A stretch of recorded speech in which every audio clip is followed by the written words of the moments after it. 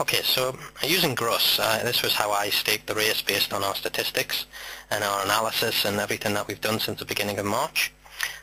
What I decided to do was I thought I'd take on Harry the Viking, Allagard and Sol. So I laid the three horses for £7 at the prices available on Betfair that morning. And but what I also wanted to do was I wanted to get Pt2 and 4 Commanders on my side. So out of the £21 that I had available, I staked £10 each, £10 on Pt2 and £10 on 4 Commanders, which give me a position of £77 on Pt2 and £116 win should 4 Commanders win the race. However, it was negative if Harry the Viking, Allagard or Sol went on to win the race, and the biggest negative was Sol, who was £60 and 60p. So the race has just gone off, and what I also did was, you will have seen before the race went off, is that in order to get my £60 and 60p back, I was willing to give that away on Pt2 and or 4 Commanders, whichever one came down to 2 first. Now what I was doing was, obviously I was watching the race very, very closely, because I didn't really want to lose 60 odd pounds on the race. So while I kept my green position available, and you'll see that on the right hand side under the level profit column, that's basically showing me that everything's okay, the horses are running, everything's going in my favour. When that turns to a red number, then I know that either Pt2, who's a front runner, or 4 Commanders has gone right out in the betting, and hopefully, or hopefully not, Harry the Viking, Allagard or Sol are coming down in the betting.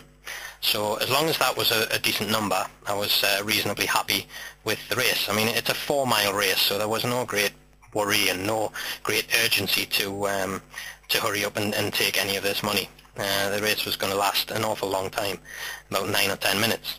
So as the race is going, I'm just constantly monitoring the situation. Pt2 and 4 Commanders have gone off in front as expected. Normally front runners at Cheltenham would struggle to stay there all the time, but you know, these guys are proven over this trip, and there's a lot of horses in behind who basically aren't proven at the trip. They've got a lot to prove and a lot to find on the numbers, to be fair. Another couple of horses that were interesting were Blenheim-Brook and Lively Baron. You can also see that they're not doing too bad. Lively Baron is down at the 16, 17, but he's in amongst 25s and 50 to 1 shots, so he's done all right to get to that position.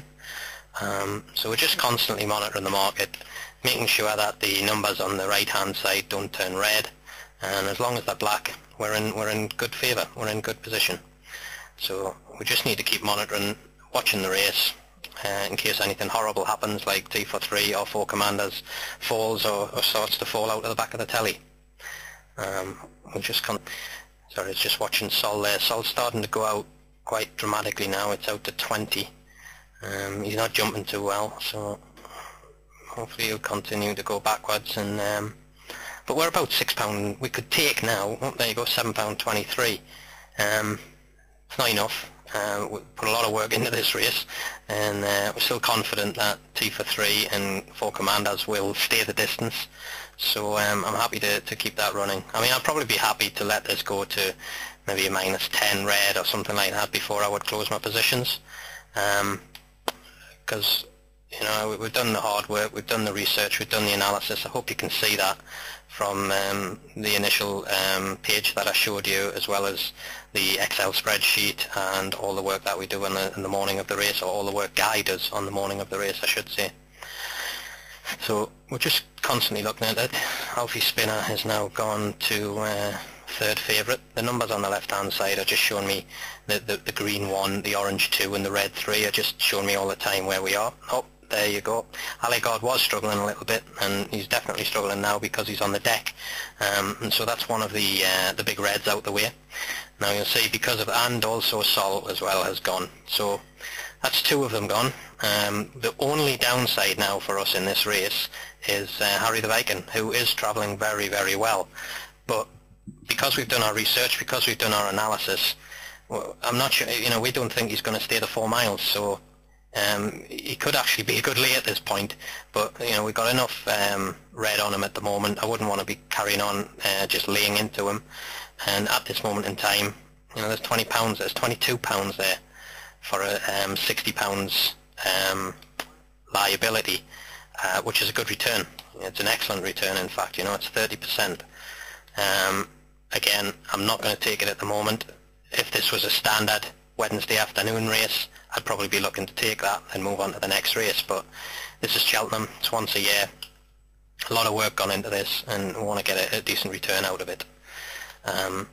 What will happen as well, obviously, is that as they're getting down to nearer the end of the race, if Pt2 and 4 Commanders are still travelling well and they're not under any pressure, i.e. Harry the Viking has gone out of the picture, and they're the only two that are looking like winning, of course I'll be cancelling my in-running late £60 and 60 pence, because there's just no need to do it now. There's only one horse that can beat me, and that is Harry the Viking. So as soon as he goes out of the picture, I'll probably cancel the in-running lays, and I'll look forward to collecting either £77 or £116, provided nothing else comes up and beats me.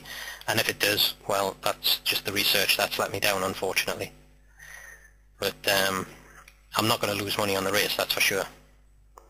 So we can still take £19 even now. Unfortunately, Pt2 is coming under a little bit of pressure at the moment. But he's still there. He'll stay. We know he'll stay. But he may well go out in the betting, because it does look like the jockey is starting to get a little bit lower in the saddle on him. But I'm happy with the position at the moment, because we're still a nice black number. Harry the Viking is travelling unbelievably well at this stage, and which is why he's just gone down to 9-4 now, 9-4, 5-2. It's reducing our profit. It's an interesting part of the race, but we're I've got 2 against him, and I've still got a profit, although it is a declining profit. But I was prepared to go to -10, and that's where I'll bail out if that is the case. Basically, I've got out of the front 3 in the betting, apart from Alfie Spinner, who's just jumped in front of 4 Commanders, but I'm not exactly sure why.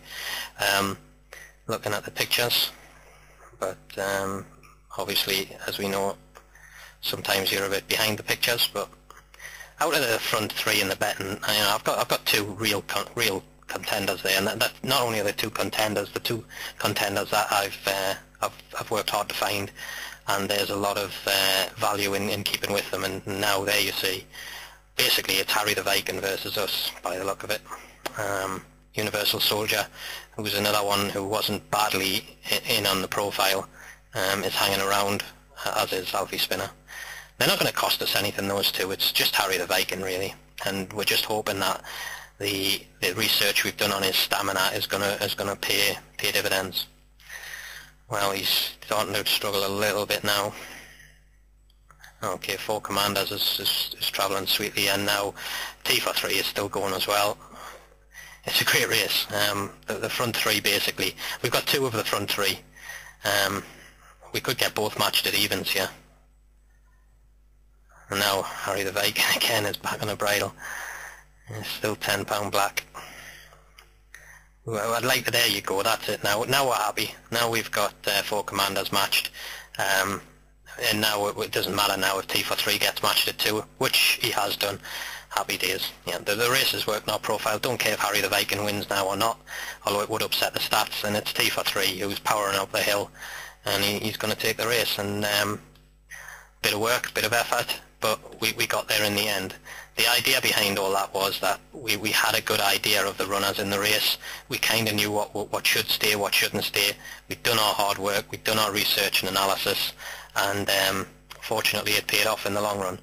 We got a £77 profit out of that race, thanks to all the hard work and effort by Guy and all the other guys who pull the stats together and do all the research for me.